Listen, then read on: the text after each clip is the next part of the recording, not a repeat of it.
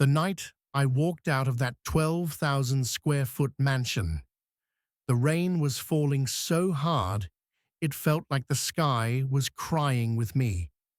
I remember standing at those massive iron gates, gates that once made me feel like royalty, now feeling like the bars of a prison I'd finally escaped.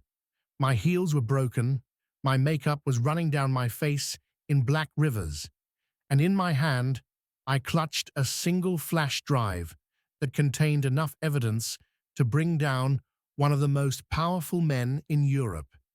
His name was Roland Ashford, and until 37 minutes ago, I was supposed to become Mrs. Ashford at a ceremony that would have made royal weddings look modest. But I found something he never meant for me to see, something that changed everything. As I walked down that rain-soaked driveway, away from the Bentleys, away from the chandeliers, away from the life every woman supposedly dreams of, I could hear him screaming my name from the window. "Iris, Iris, get back here. You don't know what you're doing."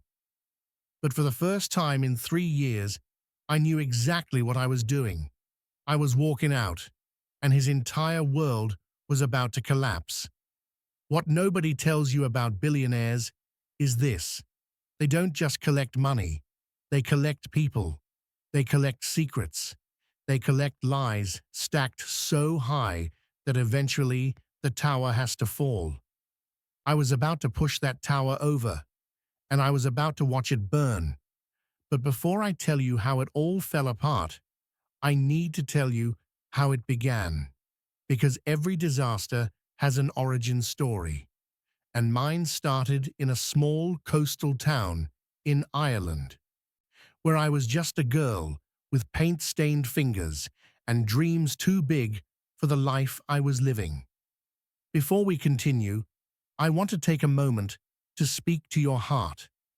Heavenly Father, I pray for everyone watching this right now, for those who have felt trapped, deceived, or broken by someone they trusted with their whole heart.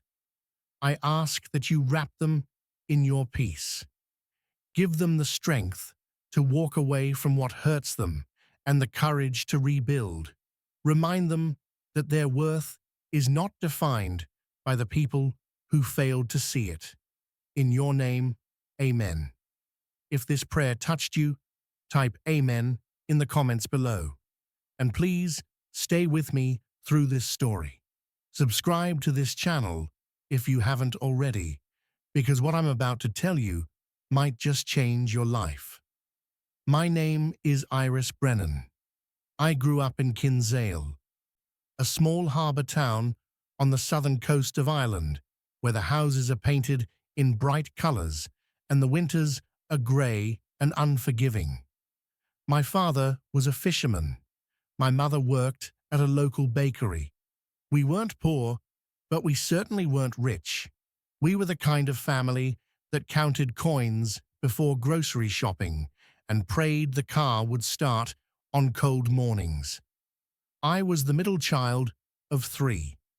My older brother Declan left for the military when I was 15. My younger sister, Awaf, was the golden child, brilliant at school, destined for university, the one everyone expected great things from. And then there was me, the dreamer, the one with her head in the clouds, the one who spent every free moment with a sketchbook, drawing faces of people I'd never met and places I'd never been. I wanted to be an artist.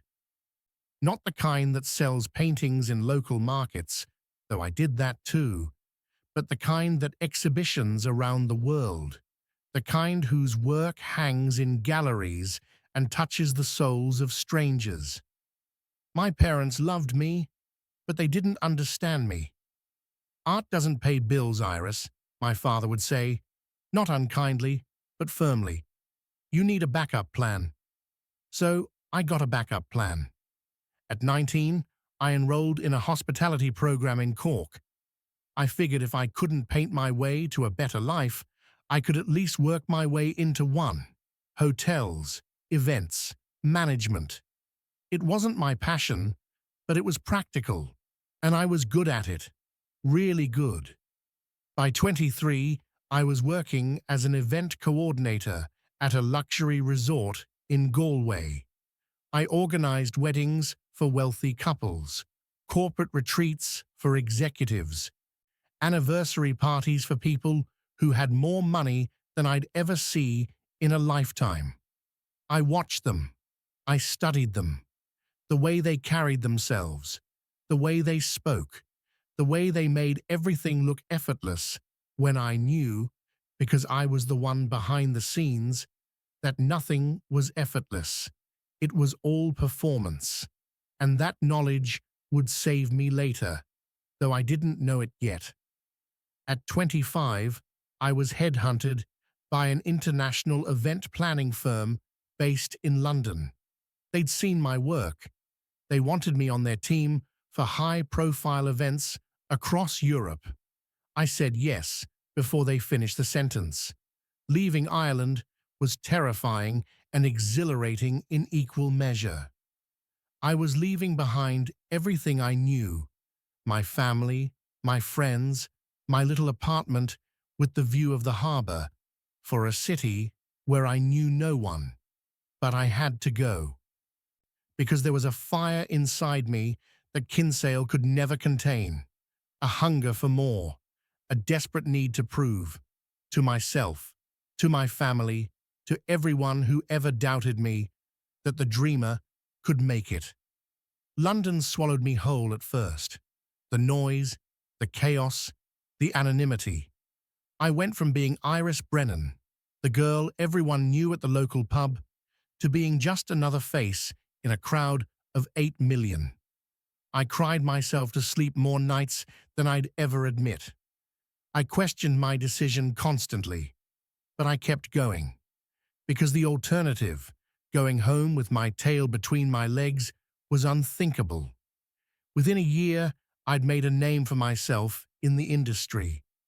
I was known for my attention to detail, my ability to remain calm under pressure, and my creativity.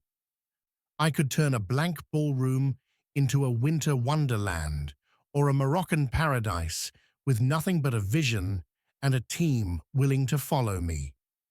By 27, I was leading some of the most exclusive events in London, and that's when I received the invitation that would change everything.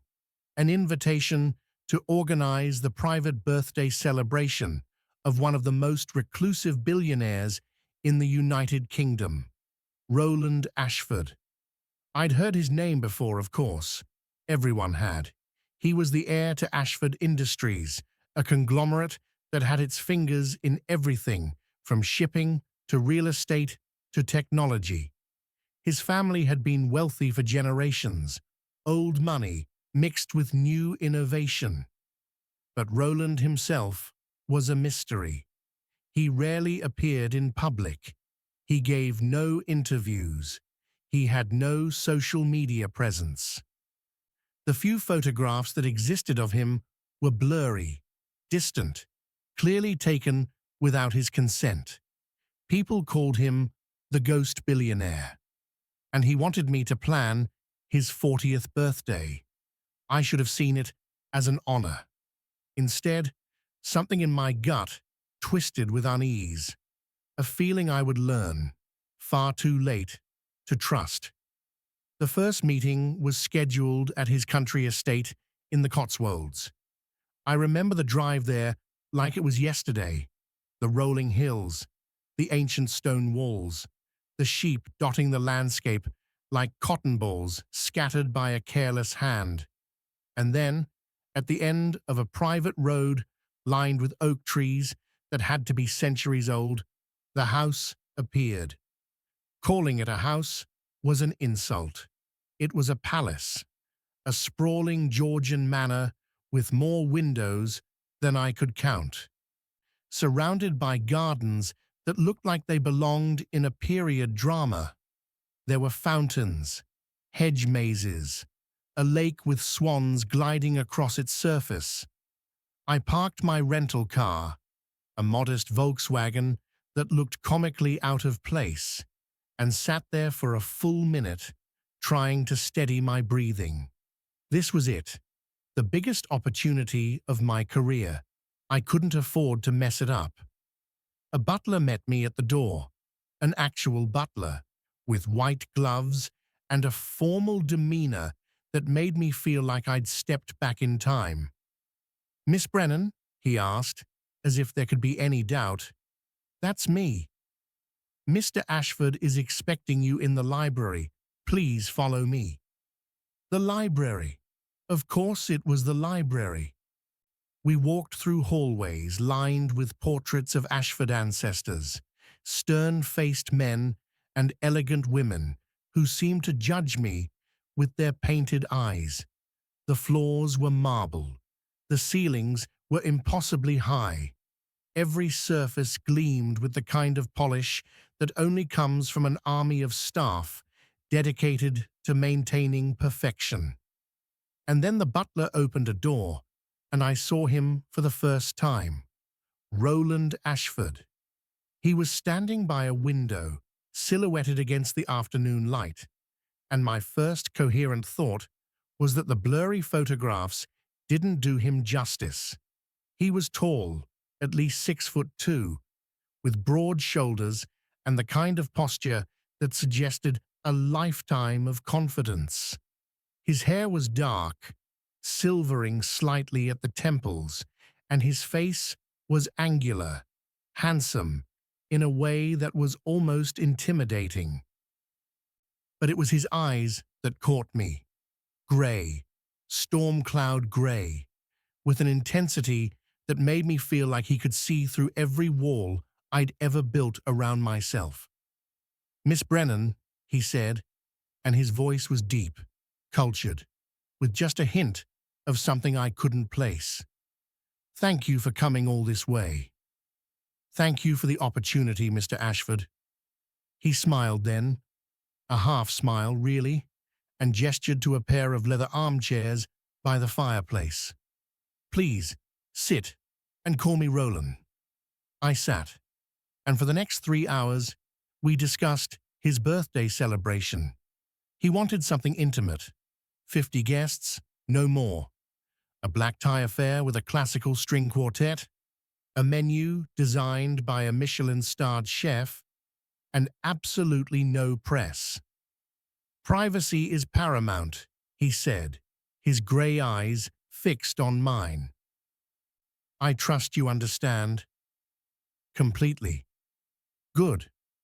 What struck me most about that first meeting wasn't the wealth surrounding us, though that was impossible to ignore, but the way he listened.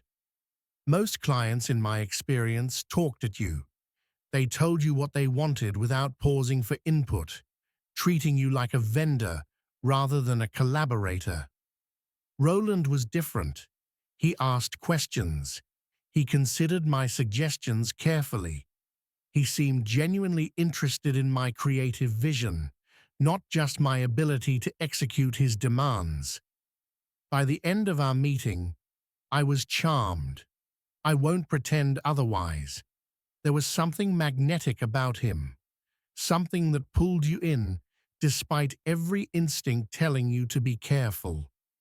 He had a way of making you feel like the only person in the room, like everything you said mattered.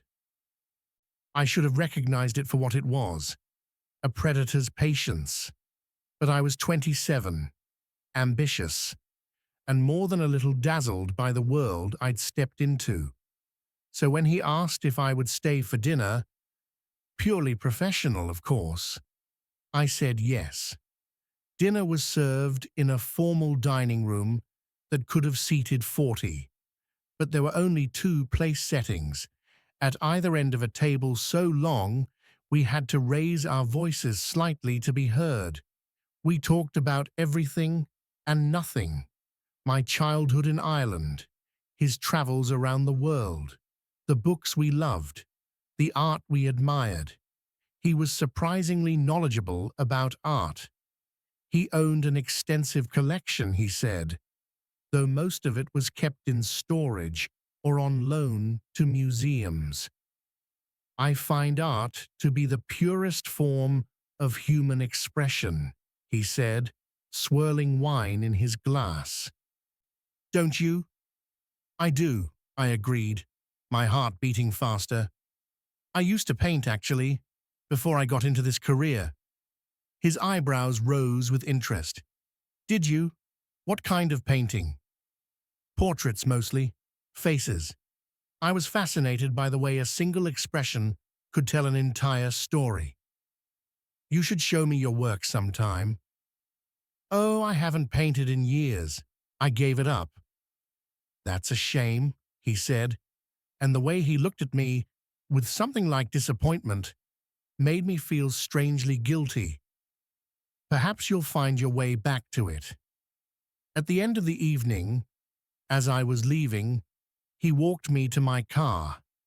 The night air was cool, and the stars were impossibly bright without city light pollution to dim them. Thank you for today, Iris, he said, and it was the first time he'd used my first name. I have a feeling this is going to be the beginning of something remarkable. I smiled, professional and polite. I'll have the preliminary plans to you by next week. I'm not talking about the party.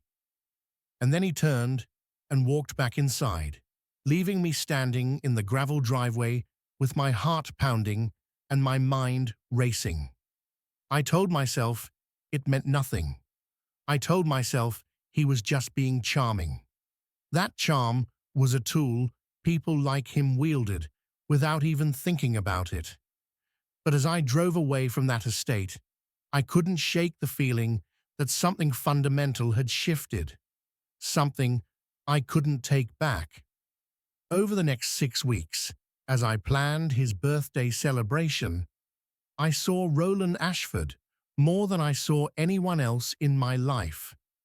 He insisted on weekly in-person meetings, sometimes at his London penthouse, sometimes at the Cotswolds estate, once on his yacht anchored off the coast of Monaco. Each meeting lasted longer than the last. Each meeting felt less like work and more like something else. He sent me books he thought I'd enjoy, delivered by courier with handwritten notes inside the covers. He commissioned a private tour of the National Gallery just for the two of us after hours when the halls were empty and echoing. I want to understand how you see the world, he said that night, standing before a painting by Turner. Your perspective fascinates me. Why? I asked, genuinely confused. I'm just an event planner. No, he said, turning to face me with those storm-gray eyes. You're an artist who hasn't realized it yet, and I find that infinitely more interesting than anyone else I've ever met. I fell for him. How could I not? He was attentive, intelligent, passionate, and he saw me, or so I thought, in a way no one ever had. By the time his birthday celebration arrived, an exquisite evening that went off without a single hitch, I was already in love with him. I just hadn't admitted it to myself yet. The night of the party, after the last guest had departed and the staff was cleaning up, Roland found me on the terrace, overlooking the gardens. It was perfect, he said. You're remarkable. I was just doing my job. No, you created magic tonight, and I don't want this to end. He stepped closer, close enough that I could smell his cologne, something woodsy and expensive that made my head spin. Have dinner with me tomorrow, he said.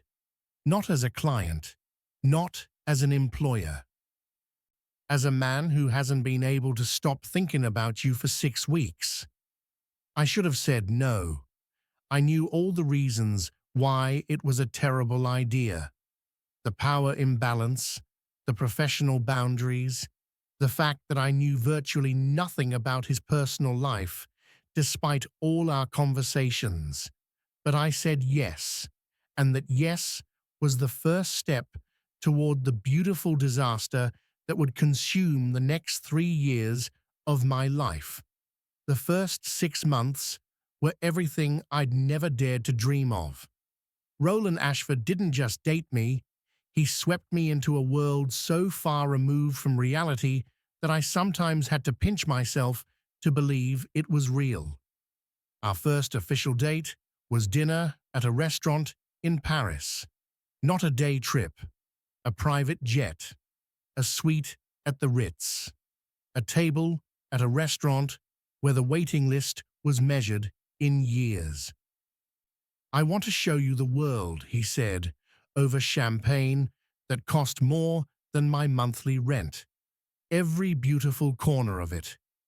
And he did. We spent weekends in Venice, gliding through canals on private gondolas, while he told me stories about the history of every building we passed. We visited vineyards in Tuscany, where the owners treated Roland like royalty and pressed grapes specifically for us to taste. We walked the beaches of the Greek islands at sunset, our footprints the only marks in the sand. I quit my job, not immediately. Roland never pressured me, but eventually it became impossible to maintain. He wanted me with him constantly, and honestly, I wanted to be with him. So I stepped away from everything I'd built, trusting that he would catch me. And he did. He moved me into his London penthouse first, a glass-walled apartment in Mayfair that overlooked the entire city. Then, when I mentioned I missed the countryside, he bought an estate in the Lake District specifically for my comfort. "It's too much," I protested when he showed me the property deed. "Nothing is too much for you," he said, kissing my forehead. "Get used to it." I tried. I tried to get used to the housekeepers who appeared silently to clean rooms I'd barely entered. The personal shoppers who filled my closets with designer clothes I never would have chosen for myself. The jewelry that arrived in velvet boxes for no occasion at all. "I saw it and thought of you," Roland would say, clasping a diamond necklace around my throat. "That's reason enough." But more than the material things, it was the way he made me feel that captivated me. Special, chosen, seen. He encouraged me to paint again. He converted one of the rooms in the London penthouse into a studio, full of natural light, stocked with every supply I could imagine, and told me to create without limits. "Your art deserves to be seen," he said. "I want to be the one who helps the world see it." I painted more in those first 6 months than I had in the previous 5 years. Portraits mostly, faces that emerged from somewhere deep in my subconscious. Roland's face, often, the sharp lines of his jaw, the mystery in his grey eyes. He hung my work throughout his properties. "You're going to be famous one day," he said, "and I'll be proud to say I knew you when." I believed him. I believed everything he said. Why wouldn't I? He'd given me no reason to doubt. After a year of dating, he introduced me to his inner circle, a small group of equally wealthy, equally powerful people who treated me with a mix of curiosity and condescension. There was Jeffrey Holt, a hedge fund manager with a laugh that never reached his eyes. His wife, Penelope, a former model who looked at me like I was an interesting specimen under a microscope. There was Margaret Ashford, Roland's mother, a silver-haired woman with perfect posture and a smile that felt like a test I was constantly failing. She's spirited, Margaret said to Roland after our first meeting, as if I wasn't standing right there. I hope she can keep up. She's more than capable, Roland replied, pulling me closer. She's exceptional. I wanted to believe that his defense of me was enough, but Margaret's cool gaze followed me everywhere, and I never quite felt accepted. At 18 months, Roland proposed. It happened on the terrace of his estate in the Cotswolds, the same terrace where he'd first asked me to dinner, the same terrace where everything had begun. He got down on one knee with a ring that could have funded a small country's education system. "Iris Brennan," he said, "you are the first person in my life who has made me believe that love isn't just a transaction. You've shown me what it means to be truly seen. Will you marry me?" I said yes, through tears. How could I say anything else? The next year and a half was a blur of wedding preparations, engagement parties, and the growing realization that I was about to become one of the most powerful women in Europe, Mrs. Roland Ashford. The title alone carried weight. Doors opened. Invitations arrived. People who had ignored me suddenly wanted to be my friend. The event planning world that had once employed me now sought my patronage. I had everything. The man of my dreams, the life I'd never dared to imagine, the future stretching out before me like a golden road. And I was terrified, not of the wedding, not of the responsibility, but of a quiet, persistent feeling that something was wrong, a feeling I couldn't name, a feeling I kept pushing down, deeper and deeper, because acknowledging it would mean questioning everything. And I wasn't ready to do that. Not yet.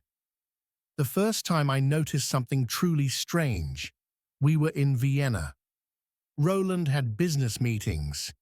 He always had business meetings, and I was supposed to spend the day at the Kunsthistorisches Museum, sketching in the galleries, as I often did. But I'd forgotten my sketchbook at the hotel. I went back, and when I opened the door to our suite, I heard his voice coming from the bedroom. Not his business voice, the clipped, authoritative tone he used in boardrooms. Something softer, something tender. I froze in the doorway, listening. "I know," he was saying, "I know it's difficult, but we agreed. We agreed this was the right approach. Yes, I'll see you soon. I promise. I love you too. I love you too." The words hit me like a physical blow. I must have made a sound, a gasp maybe, because suddenly he appeared in the bedroom doorway, phone clutched in his hand, his face cycling through emotions I'd never seen before. Surprise, guilt, and then, almost instantly, something smooth and practiced. "Darling, you're back early. Who are you talking to?" "My mother. You said, 'I love you too.'" "And I do love my mother. Is that a crime?" I wanted to believe him. God, how I wanted to believe him. But Margaret Ashford wasn't the kind of woman who inspired tender phone calls. Their relationship was formal, distant, built on obligation rather than affection. Still, I let it go. I filed it away in a corner of my mind, labeled "things that don't quite add up," and forced myself to move on. But that corner kept getting fuller. There was the time I found a receipt in his jacket pocket, a receipt for flowers, expensive flowers, sent to an address I didn't recognize. When I asked about it, he said it was for a colleague's wife who'd been hospitalized. There were the business trips that always seemed to run long, the late-night calls he took in other rooms, the way his phone was suddenly always face down on the table. There was the locked door on the third floor of the Cotswolds estate. Storage, Roland said when I asked about it. Old family documents. Boring stuff. The key's been lost for years. But I'd seen him emerge from that room at 3 in the morning, his face pale, his hands shaking. He didn't know I was watching. I was starting to watch a lot. 2 years into our relationship, 6 months before our scheduled wedding, I hired a locksmith while Roland was away on business. I know how that sounds. I know it was a violation of trust, an invasion of privacy. But I also knew, in that deep place where intuition lives, that something was being hidden from me, and I couldn't walk down an aisle toward a man I didn't truly know. The locksmith opened the door in under 30 seconds.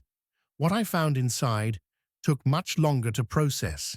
It was an office, a secret office, equipped with computers, filing cabinets, and walls covered in photographs and documents. At first, I thought it must be related to his business, sensitive financial information maybe, or contracts that required extra security. But then I looked closer, and my blood ran cold. The photographs weren't of buildings or business deals, they were of people, dozens of people. Some I recognized as Roland's associates. Jeffrey Holt, grinning at a yacht party. Penelope, sunbathing on a beach in what looked like compromising position. Margaret Ashford, meeting with a man I'd never seen, both of them looking around as if checking for witnesses. Others I didn't recognize at all. Politicians. Celebrities. Business leaders. Each photograph was labeled with a name, a date, and a brief note. Affair. Potential leverage. Tax evasion confirmed. Bribery. Evidence secured. I realized with a growing sense of horror what I was looking at. Blackmail. Roland Ashford wasn't just a billionaire. He was running a blackmail empire. This room, this secret room I was never supposed to find, was filled with the sins of powerful people, catalogued and filed like weapons in an armory. My hands were shaking so badly I could barely open the filing cabinets, but I had to know. I had to know everything. I pulled open drawer after drawer, my eyes scanning names and crimes, my heart pounding so loud I could hear it in my ears. And then I found a file with my name on it. Iris Brennan. I opened it with numb fingers. Inside was everything. My childhood, my family, my education, every job I'd ever held, every relationship I'd ever had. There were photographs of me from before we'd met, at the resort in Galway, walking through Cork, even at my parents' house in Kinsale. He'd been watching me, long before that first meeting, long before I thought fate had brought us together. At the bottom of the file was a single sheet of paper with handwritten notes. Subject: ideal candidate, artistic temperament, easily manipulated through validation, family estrangement potential, father's gambling debts, leverage if needed, no powerful connections, low risk, physical type matches preference, recommended for long-term acquisition. Long-term acquisition. I wasn't his love. I was his project, his acquisition. Something he'd selected, cultivated, and positioned for purposes I still didn't fully understand. I stood there for I don't know how long, the file clutched to my chest, trying to breathe through the devastation. Everything I thought I knew was a lie. Every tender moment, every romantic gesture, every time he told me I was special, it was all calculated, all manufactured, all part of a plan I was never supposed to discover. I wanted to scream. I wanted to burn the room to the ground. But some survival instinct kicked in, the same instinct that had gotten me through every hard moment of my life. And I forced myself to think. If I confronted Roland now, I would have nothing. His lawyers would destroy me. His connections would silence me. I would be painted as a crazy, jealous woman, making wild accusations. I needed proof, real proof. Proof that couldn't be denied or explained away. So I pulled out my phone and I began to photograph everything. Every file, every photograph, every damning piece of evidence. I worked methodically, my hands still shaking, but my mind strangely clear. And then, in the final cabinet, I found something that stopped me cold. A birth certificate. A birth certificate for a child named Thomas Ashford. Mother, Elena Westbrook. Father, Roland Ashford. Date of birth, 14 years ago. Roland had a son he'd never mentioned, a son who was currently, according to the attached documents, living in Edinburgh with his mother. I thought of all the business trips to Scotland that Roland had taken, the phone calls I'd overheard, the receipts for gifts I'd never seen. He wasn't just hiding a blackmail operation. He was hiding an entire family. I photographed everything, and then I put it all back, exactly as I'd found it. The locksmith had left. The door was locked again, and I went downstairs to pour myself a very large glass of whiskey. Roland came home the next day, all smiles and kisses, and "I missed you, darling." I let him hold me. I let him think everything was fine, because I was no longer the naive girl he'd selected for acquisition. I was something else now, something dangerous, and I was going to need every ounce of cunning I possessed to survive what came next. For the next 4 months, I lived a double life. To Roland and everyone else, I was the devoted fiancé, glowing with pre-wedding excitement, obsessing over flower arrangements and seating charts. But in secret, I was building a case. I reached out to a journalist, an investigative reporter named Sarah Chambers, who had made her name exposing corporate corruption. I found her through careful research, choosing someone with a reputation for integrity and, most importantly, no connections to Roland's vast network. We met in coffee shops, in neighborhoods Roland would never visit. I wore glasses and hats that weren't my style. I paid in cash. "If what you're showing me is real," Sarah said during our third meeting, her eyes wide as she scrolled through photographs on my phone, "this is one of the biggest stories of the decade. It's real. You understand the danger you're in. A man like this, he has resources. He has reach." "I know. Why are you doing this?" I thought about her question for a long moment. "Because I believed him," I said finally. "I believed I was special. I believed I mattered. And the whole time, I was just a piece on his board, a move in a game I didn't even know was being played. I can't let him do that to anyone else." Sarah nodded slowly. "We're going to need more than photographs," she said.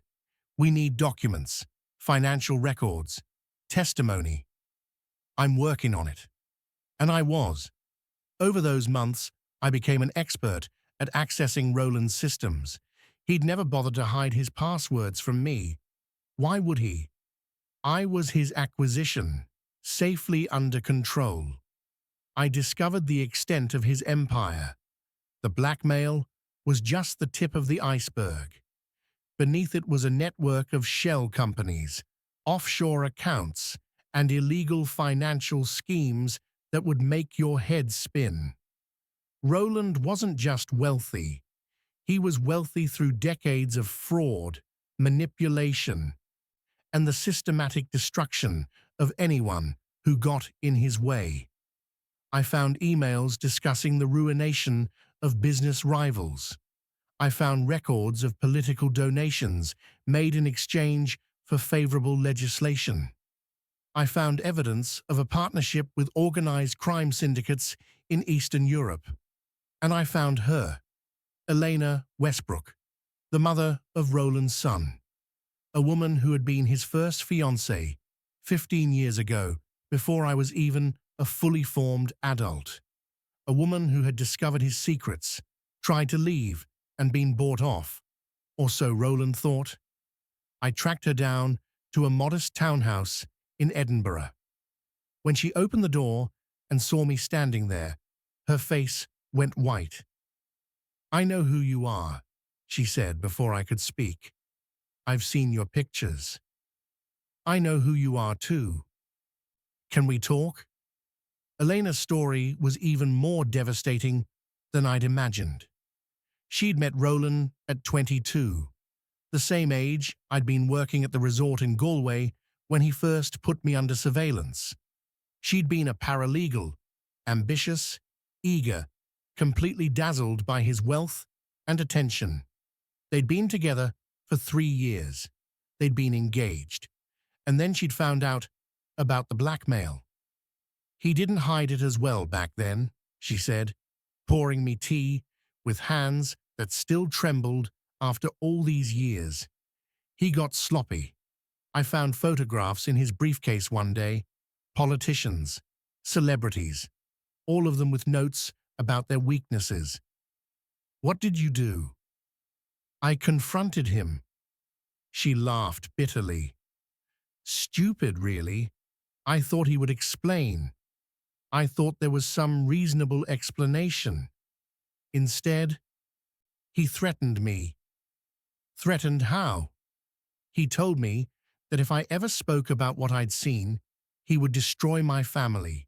He had dirt on my father, gambling debts, extramarital affairs, and he wasn't afraid to use it. So I ran." "But you were pregnant." Her face crumpled. "I didn't know until I was already gone. By then, I was too scared to go back, too scared to tell anyone who the father was. I thought if I just stayed quiet, stayed invisible, Thomas and I would be safe." "And Roland pays you to stay quiet?" "Yes, a very generous sum every month, deposited into an account I'm not supposed to know he controls, in exchange for my silence and my absence. But he visits sometimes. He sees Thomas a few times a year. Not as a father. Never as a father. As an uncle, a family friend. Thomas has no idea who Roland really is." I sat with that information for a long moment. 14 years of lies. 14 years of a child being denied the truth about his own father. 14 years of Elena living in fear. "I'm going to take him down," I said finally. "I have evidence, more than enough to expose everything, but I need your help." Elena looked at me with eyes that had seen too much. "Why should I trust you?" "Because I was supposed to be your replacement. Because he did to me exactly what he did to you. And because if we don't stop him, he'll do it to someone else." She was quiet for a long time. And then she nodded. The week before the wedding, everything accelerated. Sarah's investigation was nearly complete. We had documents, testimonies, financial records, enough to bring Roland down and everyone connected to him. The story was scheduled to break the day after what would have been my wedding. But Roland was smarter than I'd given him credit for. 3 days before the ceremony, he came home early from what was supposed to be a weekend business trip.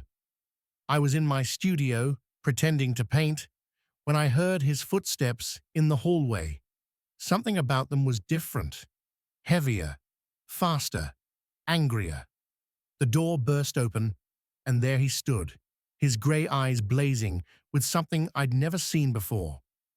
"Tell me," he said, his voice dangerously quiet, "that you haven't been meeting with Sarah Chambers." My heart stopped. I... Did you think I wouldn't find out? Did you think I don't have people everywhere?" He crossed the room in 3 strides and grabbed my wrist with a grip that would leave bruises.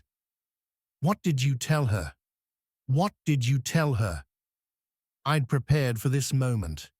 I'd practiced what I would say, how I would stay calm, how I would deny everything. But all that preparation went out the window. "Everything," I said, meeting his gaze. I told her everything. For a split second, something flickered across his face. Surprise, maybe, or respect, or simply the recalibration of a predator who'd underestimated his prey. Then the mask came down, and the man I'd loved, the man I'd trusted, was gone. In his place was someone cold, calculating, and utterly terrifying. "You have no idea what you've done," he said. "No idea the forces you've set in motion. I know exactly what I've done. I've ended you." He laughed then, a sound that made my blood run cold. "Ended me? Darling, you haven't ended anything. You've just complicated things. But complications can be resolved." The way he said resolved made my stomach turn. "What are you going to do?" I asked, trying to keep my voice steady. "Kill me? Add murder to your list of crimes?" "Nothing so crude." He released my wrist and stepped back, straightening his cuffs as if we were having a civil conversation. "But I think you'll find that your little journalist friend is about to have some difficulties, as will your family. Your sister's medical school applications, for instance, your father's fishing license, your mother's bakery health inspections." "You wouldn't." "I would. I will. Unless you walk back everything you've given Sarah Chambers and tell her it was all a lie, a jealous fabrication from a woman who felt scorned." I stared at him, and something in me broke, not in defeat, in fury. All those years of feeling not quite good enough, of needing someone to validate me, of believing I had to be chosen to have worth. All those years crystallized into a single, blazing moment of clarity. "No," I said, "no. I would rather lose everything, my family, my reputation, my life, than spend one more second being your acquisition." I walked toward the door. He grabbed my arm again. "Where do you think you're going?" "Away from you. You're not leaving this house. Watch me." What happened next was a blur. There was a struggle, brief, violent. He tried to restrain me. I fought back. A lamp shattered. My dress tore, and then I was running. Through the halls of the mansion I'd once called home. Past the portraits of Ashford ancestors. Out the massive front doors. Into the rain. I didn't have my phone. I didn't have my shoes. They'd fallen off somewhere in the struggle. I didn't have anything except a small flash drive I'd been keeping in my pocket for exactly this moment. A flash drive containing copies of everything. The gates were closed, of course, but I'd learned a lot about this property in 3 years. I ran to the servants' entrance, the one the gardeners used, and I squeezed through the gap I'd noticed months ago, but never thought I'd need. And then I was on the road, running through mud and rain, running toward I didn't know what. Behind me, I could hear Roland screaming my name. "Iris! Iris! Get back here! You don't know what you're doing." But for the first time in 3 years, I knew exactly what I was doing. I was choosing myself. I was walking out. And I was never looking back. The next 48 hours were the longest of my life. I made it to the nearest village, a tiny place called Thornbrook, soaking wet, shaking, barefoot, and bleeding from a cut on my arm I didn't remember getting. The woman who ran the local pub took one look at me and led me to a back room without asking questions. "You'll need to call someone, love," she said, wrapping a blanket around my shoulders. "Police, maybe." Not police, not yet. I knew Roland had people in law enforcement. I'd seen the files. Until the story broke, I couldn't trust anyone official. Instead, I called Sarah. "It's happening," I said. "He knows. You need to publish now." "Tonight." "Tonight? We're not ready. If you wait, he'll bury it. He'll bury me. Please, Sarah, trust me." There was a long pause. "Okay," she said finally. "Where are you? I'm sending someone to get you." 4 hours later, I was in a safe house on the outskirts of Birmingham, a flat belonging to one of Sarah's colleagues, a photographer who was currently on assignment in another country. Sarah arrived shortly after with her editor and a lawyer. "We're publishing in 3 hours," she said. "Online first, then the print edition tomorrow. I need you to be prepared for what's coming." "I'm ready." "No," she said gently. "You're not. No one's ever ready for this. But we're going to get through it together." The story went live at midnight. By morning, it was everywhere. Billionaire's empire of blackmail. The shocking truth about Roland Ashford. The headlines screamed from every news site, every social media platform, every television screen. And the fallout was immediate. Roland's stock dropped 30% before the markets even opened. His business partners issued frantic statements distancing themselves. 3 politicians he'd been blackmailing resigned within hours. And the police, the real police, not the ones in his pocket, opened investigations into fraud, extortion, and conspiracy.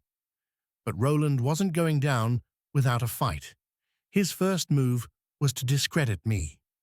By noon, stories were appearing online, painting me as a mentally unstable gold digger who'd fabricated everything to extort money from her wealthy ex-fiancé. Anonymous sources, clearly his people, described me as jealous, erratic, and prone to delusion. Someone leaked photographs of me from university, drunk at parties, making questionable decisions. Things I'd thought were buried forever. My social media was flooded with hate. My phone, once I retrieved it, buzzed constantly with threats. "You're dead," one message read. "We know where your family lives," read another. I called my parents. "Mum, you need to leave the house. Take Dad and Oif and go somewhere safe." "Iris, what's happening? What have you done?" "I'll explain everything. Just please, trust me. Please." The next few days were chaos. Sarah's story gained traction, but Roland's counter-narrative was powerful. He gave interviews. He shed tears. He played the victim of a scorned lover. "She wanted money," he said on national television, his grey eyes moist with manufactured grief. "When I wouldn't give it to her, she became vindictive. Everything she said is a lie." People believed him. Some people, at least. Enough people that the tide of public opinion was uncertain. I began to doubt myself. Alone in that safe house, watching the two narratives battle across screens and headlines, I wondered if I'd made a terrible mistake. Maybe I should have stayed quiet. Maybe I should have taken the money and disappeared. Maybe I should have... But then Elena called. "I've seen what he's doing to you," she said, "and I won't let it stand." I'm ready to tell my story. Elena, you don't have to. Yes, I do. Thomas is old enough to understand now, and I'm done being afraid. When Elena's interview aired, a tearful, devastating account of her years of intimidation and silence, the tide turned. Suddenly, I wasn't a lone accuser. I was part of a pattern. Other women came forward, former employees who'd witnessed his cruelty, business partners he'd betrayed. Even his own mother, Margaret Ashford, released a carefully worded statement expressing concern about her son's behavior. Roland's empire began to crumble. His assets were frozen pending investigation. His passport was confiscated. His allies abandoned him. And 3 weeks after I walked out of that mansion, Roland Ashford was arrested. I watched it happen on television, watched them lead him out of his London penthouse in handcuffs, his face a mask of cold fury. Watched the reporters shouting questions he refused to answer. Watched the man who had controlled everything lose control of it all. I should have felt triumphant. Instead, I felt empty. The battle was won. But the war had cost me everything. My reputation was in tatters. My savings were gone. Legal fees and security had consumed everything. My family, while safe, barely spoke to me. They didn't understand. They didn't know how to process what their daughter and sister had been through. And I was alone. Utterly, completely alone. For weeks, I didn't leave the safe house. I didn't paint. I didn't eat properly. I barely slept. I just existed, suspended between the person I'd been and the person I didn't know how to become. And then, one grey morning, there was a knock at the door. I opened it expecting Sarah, or her lawyer, or one of the endless stream of officials who wanted statements and depositions. Instead, I found a face I hadn't seen in almost a decade. My brother, Declan. He'd left the military 2 years ago. I'd heard through family whispers and had been working private security somewhere in the Middle East. Now he was standing on my doorstep, looking exactly as I remembered him, only with more lines around his eyes and a new scar on his chin. "Hey, little sister," he said. "I heard you've been raising some hell." I burst into tears, and for the first time since I'd walked out of that mansion, I didn't feel alone. Declan stayed with me for the next 2 months. He helped me find a proper apartment.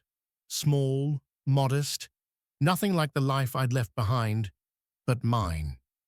He screened my calls and filtered my mail, separating the genuine from the threatening. He made me eat, made me sleep, made me remember that I was a person who existed outside of the disaster I'd survived. And slowly, painfully, I began to heal. Not all at once. Healing doesn't work that way, but in small increments, like dawn, gradually replacing night. I started painting again. Not portraits this time. Something had shifted inside me.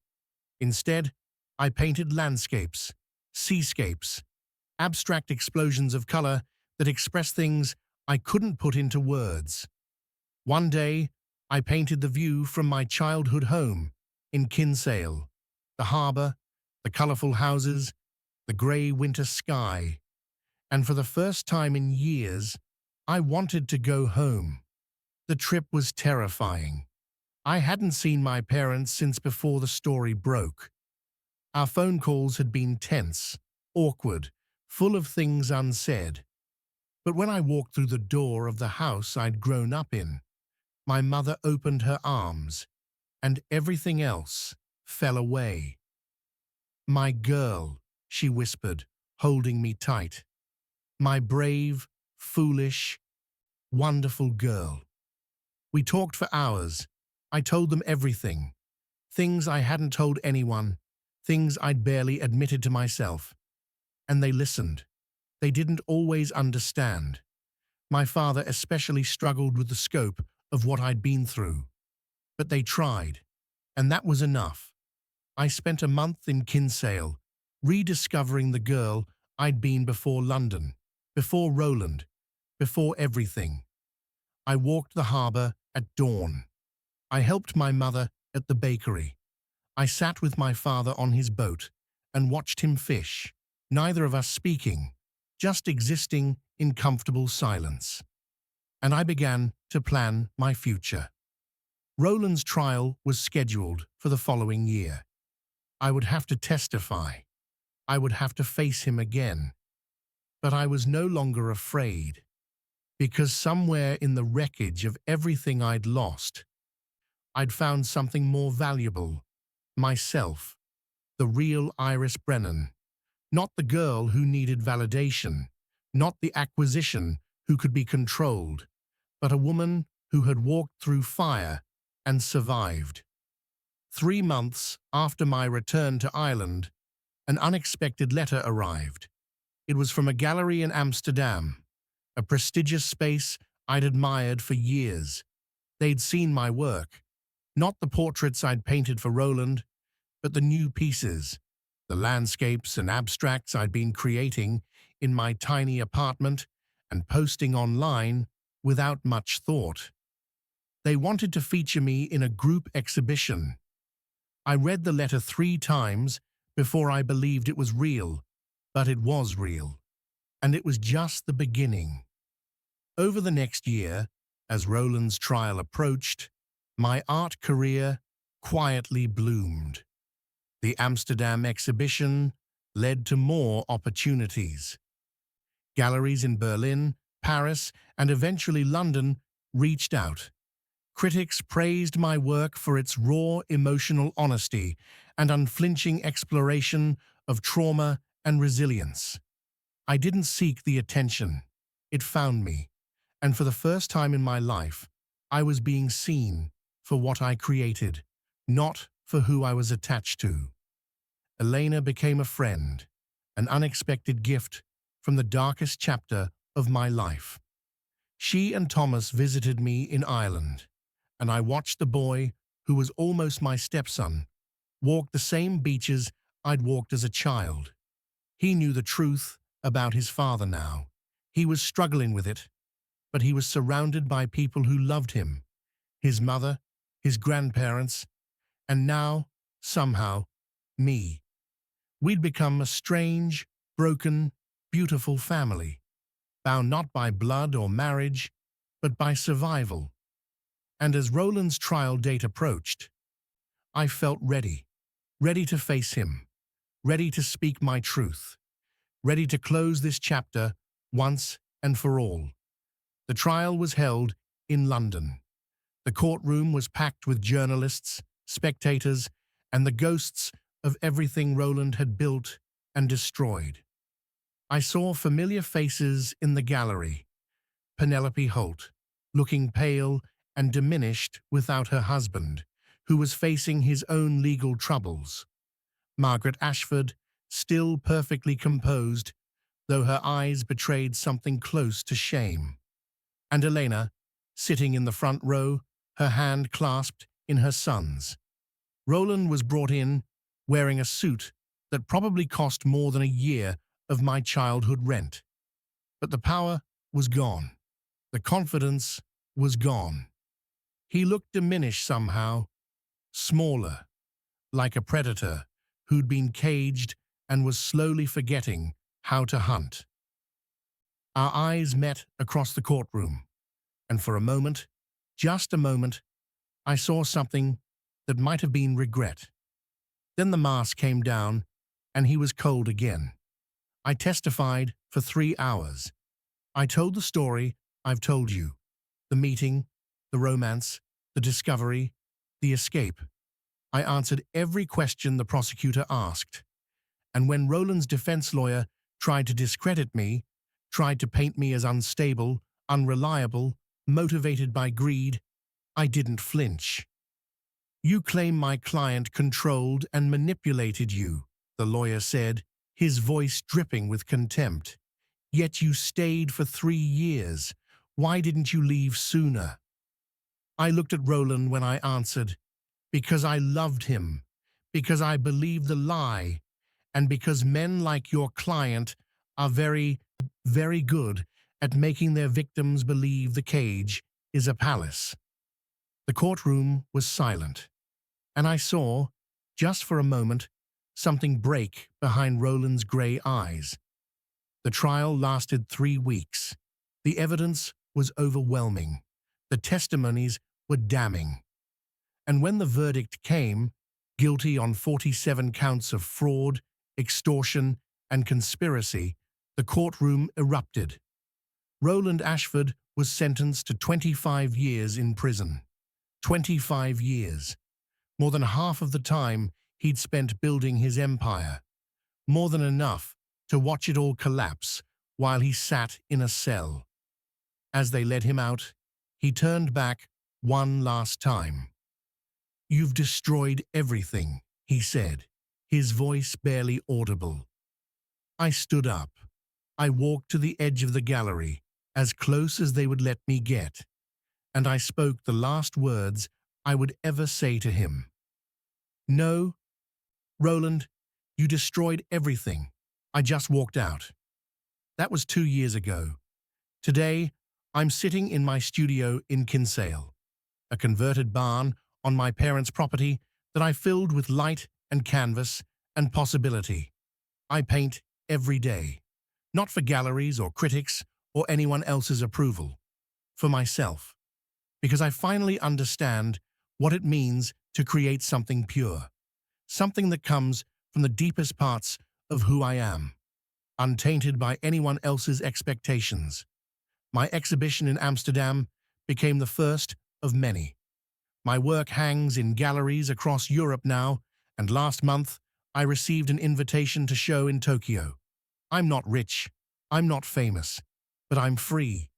And freedom, I've learned, is worth more than all the mansions and private jets in the world. Elena and I talk every week. Thomas is 16 now, applying to universities, trying to figure out who he wants to be in a world that once tried to define him by a father he never chose. I tell him what I wish someone had told me at his age. You are not your circumstances, Urtual. You are not your parents' choices.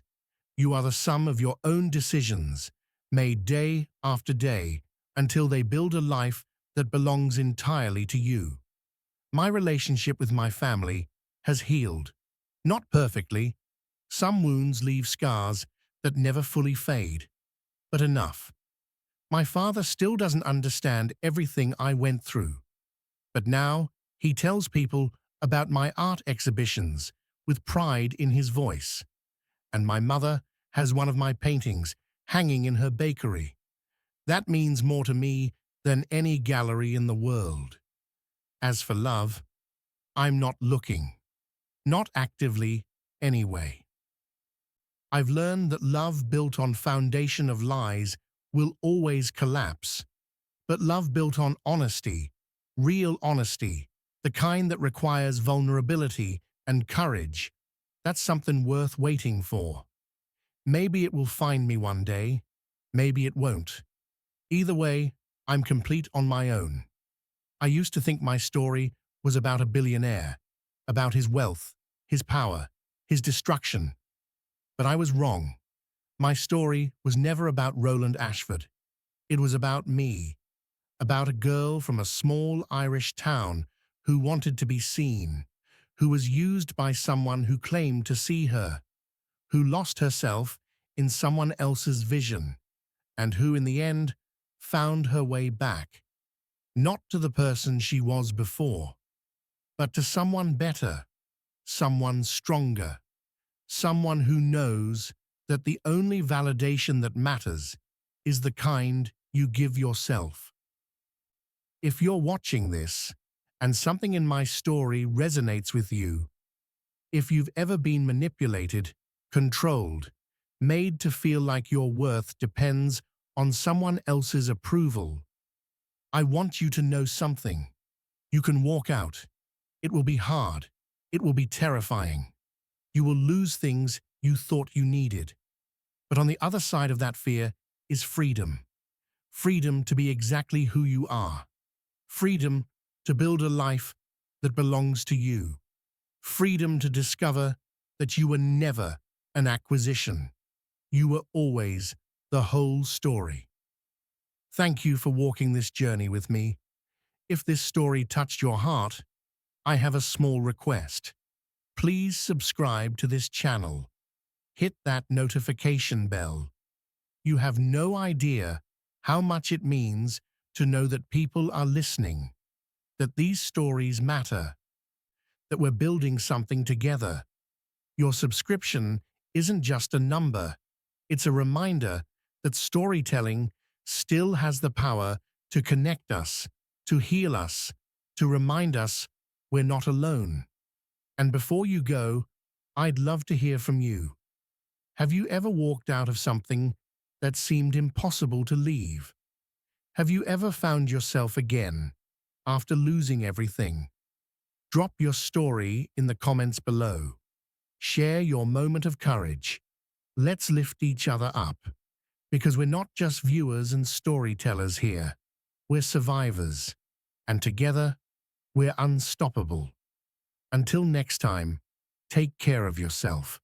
Be kind to yourself. And remember, you are worth so much more than anyone has ever made you believe. This is Iris, and I walked out.